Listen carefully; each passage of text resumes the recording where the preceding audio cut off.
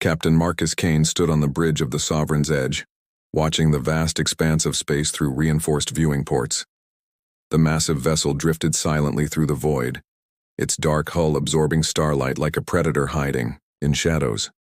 Around him, his crew worked with practiced efficiency, monitoring instruments that tracked something extraordinary happening 3 light-years away. "Status report, Lieutenant Torres," Kane commanded, his voice carrying the authority of someone who had spent decades in deep space operations. "Sir, the Galactic Council fleet has completed their hyperspace jump into the Kepler system," reported Lieutenant Sophia Torres, her fingers dancing across holographic displays. 200 vessels, just as our intelligence predicted. They're maintaining standard formation protocols. Kane nodded, studying the tactical display that showed the alien fleet's positioning. For months, human scouts had been monitoring Council military movements, learning their patterns and capabilities. The Council believed they were dealing with primitive pirates raiding their shipping lanes. They had no idea those raids were carefully orchestrated intelligence operations. "Engineering, what's our stealth system status?" Kane asked, turning toward the engineering station. Chief Engineer David Park looked up from his console, pride evident in his expression. "All systems optimal, Captain. Our quantum dampening field is operating at maximum efficiency." To their sensors were nothing more than background cosmic radiation. The Sovereign's Edge represented humanity's greatest technological achievement. Built in secret within the asteroid belt, the massive battleship incorporated advanced technologies that humanity had developed through decades of careful observation and innovation. While the Galactic Council viewed humans as barely civilized newcomers to space travel, they had drastically underestimated human ingenuity and determination. "Communications Officer Wells, any intercepted transmissions from the Council fleet?" Kane inquired. Communications Officer Jennifer Wells adjusted her headset, concentrating on the alien chatter filtering through their advanced listening equipment. "Yes, sir, they're discussing their training exercises. Admiral Zeth appears to be commanding the operation. They're planning orbital bombardment simulations on the asteroid field." Kane allowed himself a slight smile. The Council's arrogance would be their undoing. They had entered human space without permission, intending to demonstrate their overwhelming firepower as a warning to what they considered unruly pirates. Instead, they were about to receive the shock of their lives. "Helm, prepare for hyperspace insertion," Kane ordered. "We're going to introduce ourselves." Helmsman Lieutenant James Rodriguez began the complex calculations required for their bold maneuver. "Captain, inserting into an active fleet formation during hyperspace transition is extremely dangerous. The gravitational interference could tear us apart. That's why we've been practicing this maneuver for 6 months," Kane replied confidently. "Our engineers have solved problems the Council's scientists never even imagined. Trust the ship, Lieutenant." The bridge crew exchanged glances, each understanding the historical significance of what they were about to attempt. Humanity had remained hidden in the shadows for decades, allowing the galaxy to underestimate their capabilities while they studied, learned, and prepared.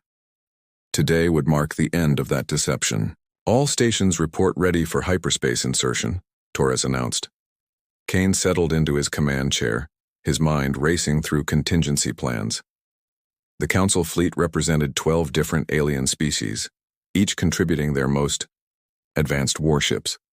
They believed their superior technology and numbers made them invincible. They were about to learn that human creativity and determination could overcome any technological disadvantage. "Execute insertion," Kane commanded. Reality twisted around the Sovereign's Edge as it entered the hyperspace corridor, following the Council fleet's energy signature. The ship's experimental drive systems performed flawlessly, allowing them to match the alien fleet's trajectory perfectly. Within moments, they would emerge directly within the Council formation, appearing as if they had always belonged there. The die was cast and humanity was about to announce its presence to the galaxy. The Kepler system's orange star cast long shadows across the Council fleet as they emerged from hyperspace in perfect formation.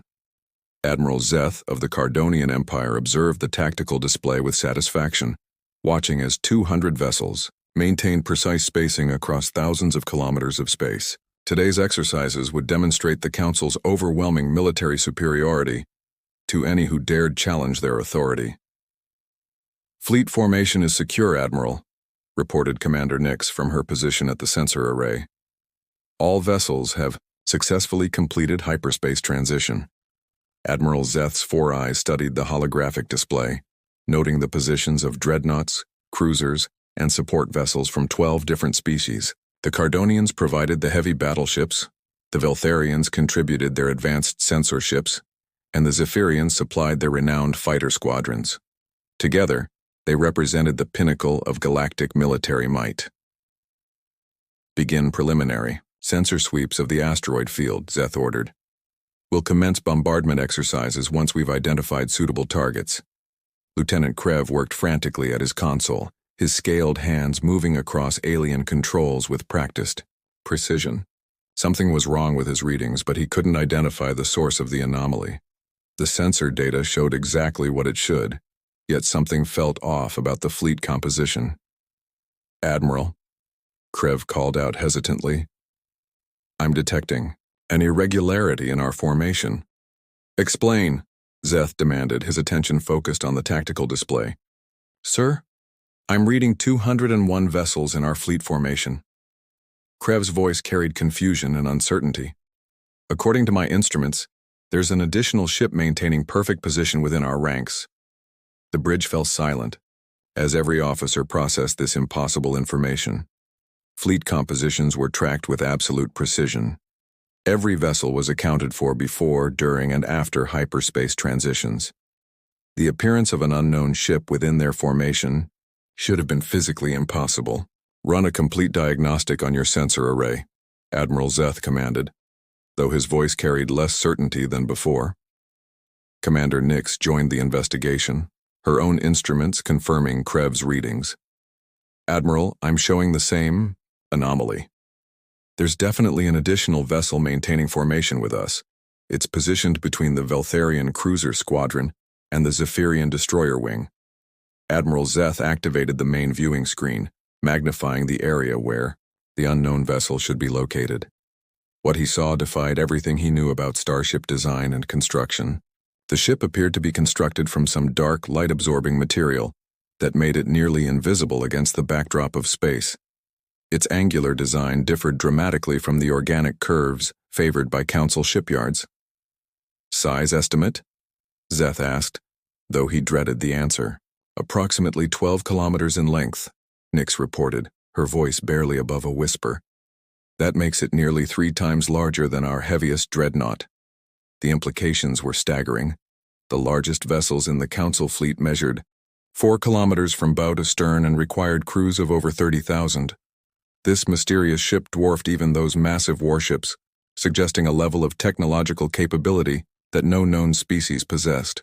"Weapons systems analysis," Zeth ordered, hoping the readings would reveal some explanation for this impossible situation. Lieutenant Krev worked his sensors with desperate intensity, scanning the unknown vessel's hull for any identifying characteristics. "Sir, I'm detecting energy signatures unlike anything in our databases. The entire hull appears to be covered with weapon placements.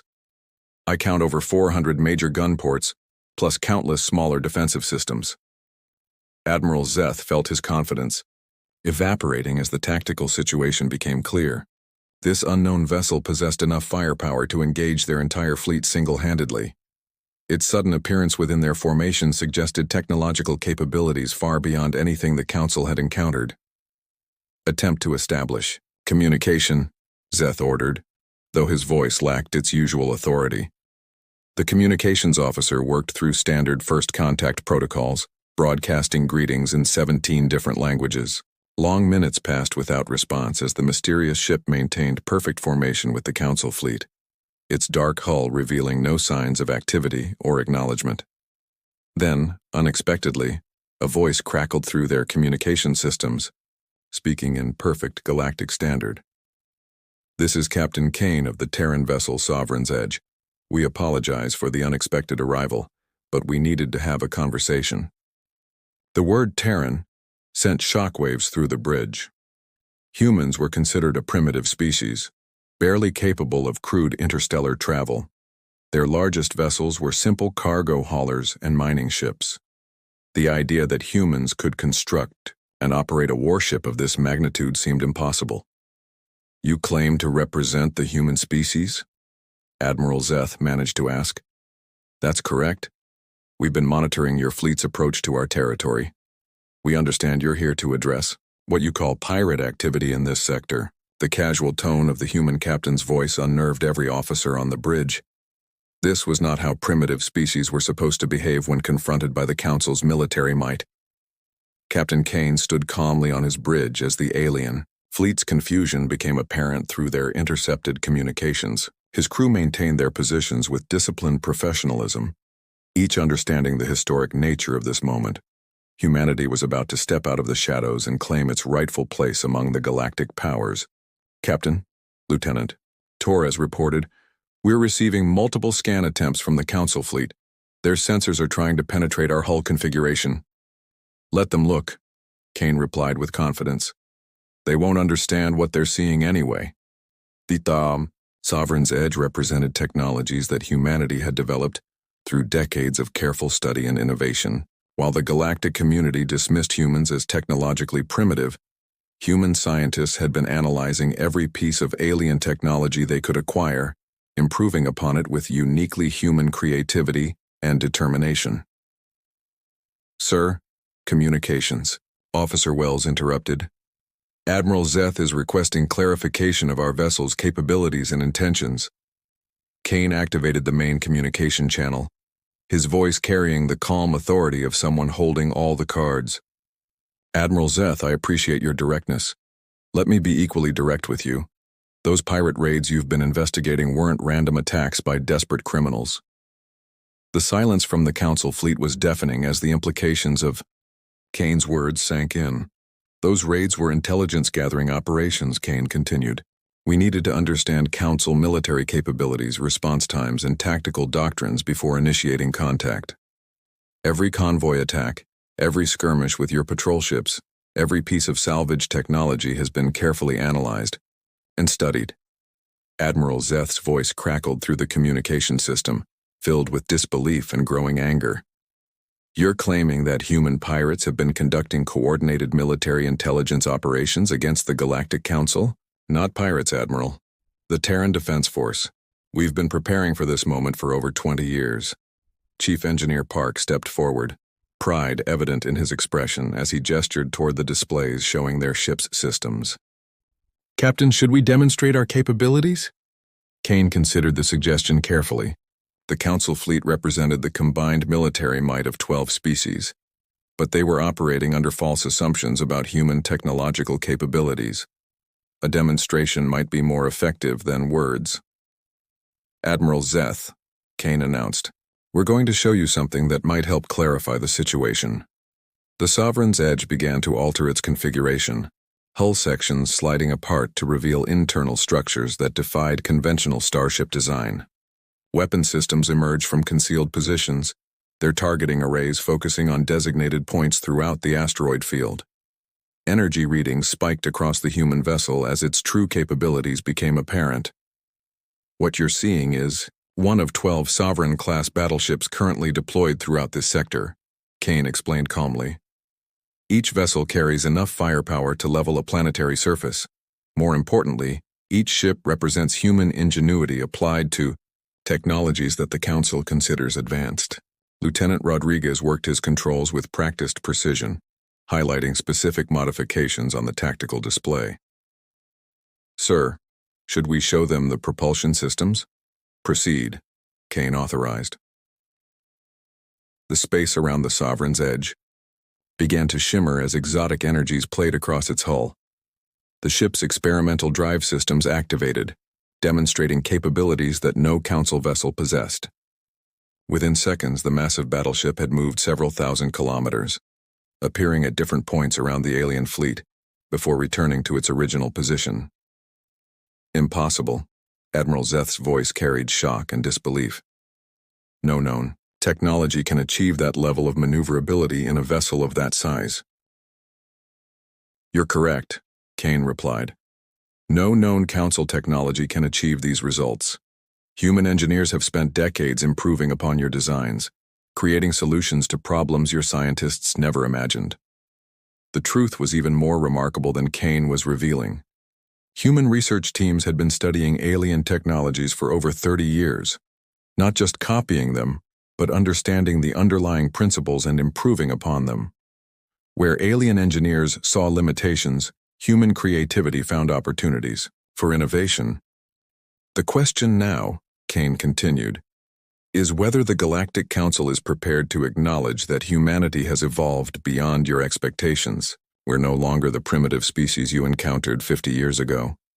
Commander Nix's voice carried desperation as she addressed her admiral. Sir, our tactical analysis indicates that this single vessel could engage our entire fleet with reasonable probability of success.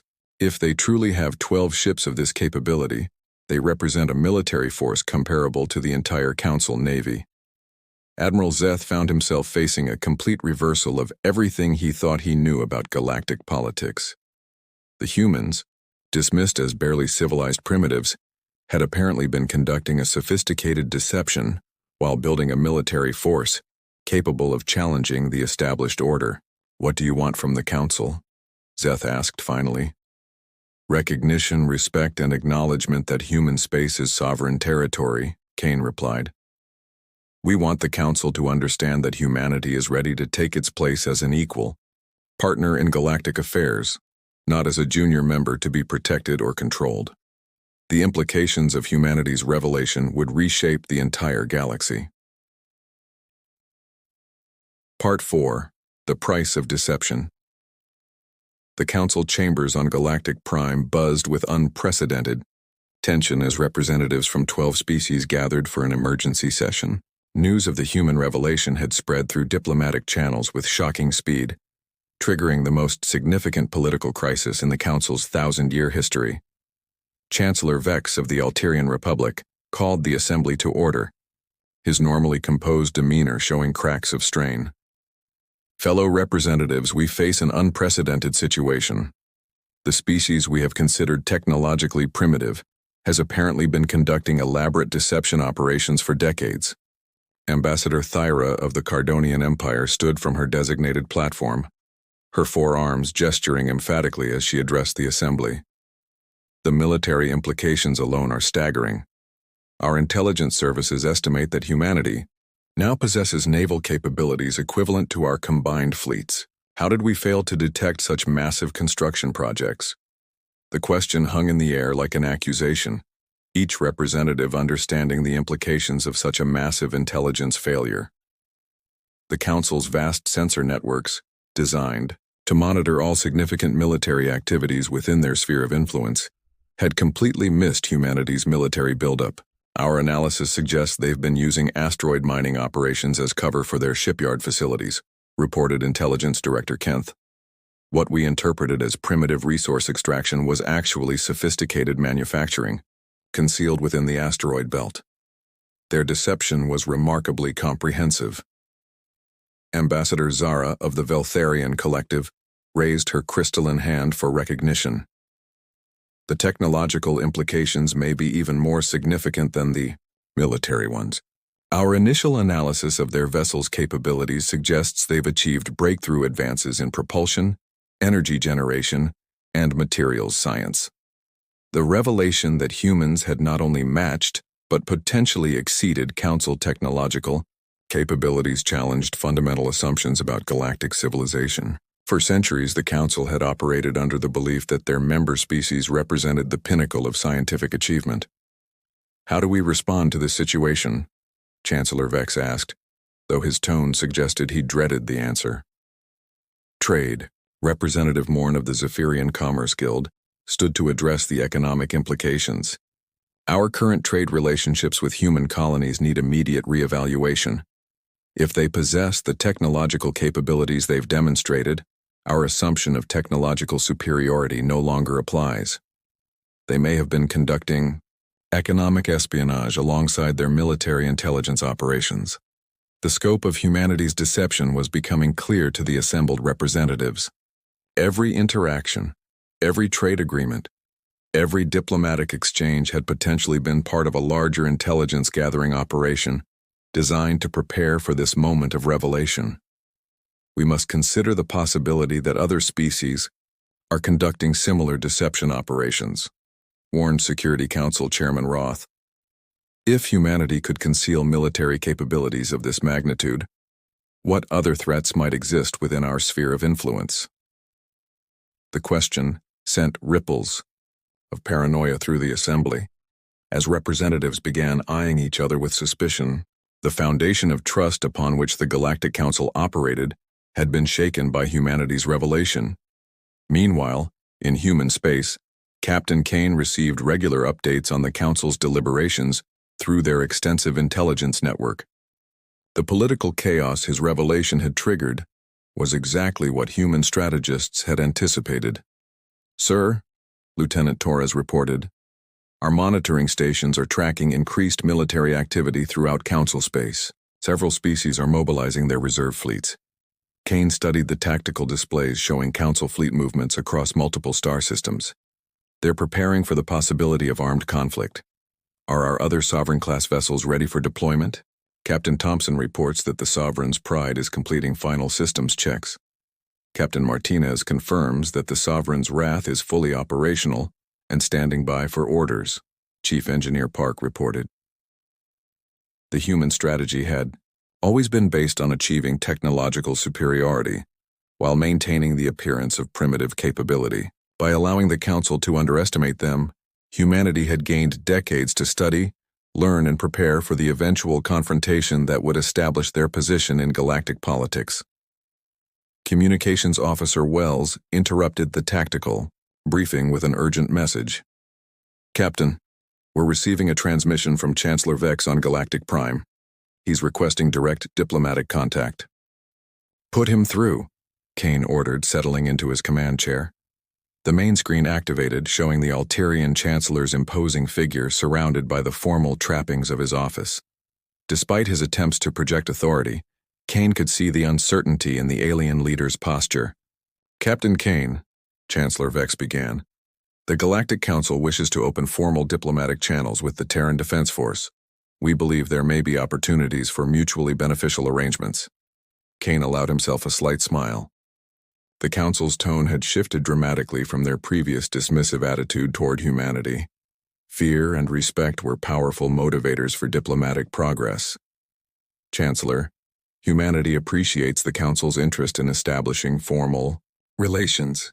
However, any discussions must begin with recognition of human sovereignty over our claimed territories and acknowledgement of our technological capabilities." The diplomatic dance was beginning, and humanity held the advantage for the first time in their relationship with the galactic community. 6 months after the Sovereign's Edge emerged within the Council fleet, the galaxy had transformed in ways that few could have predicted.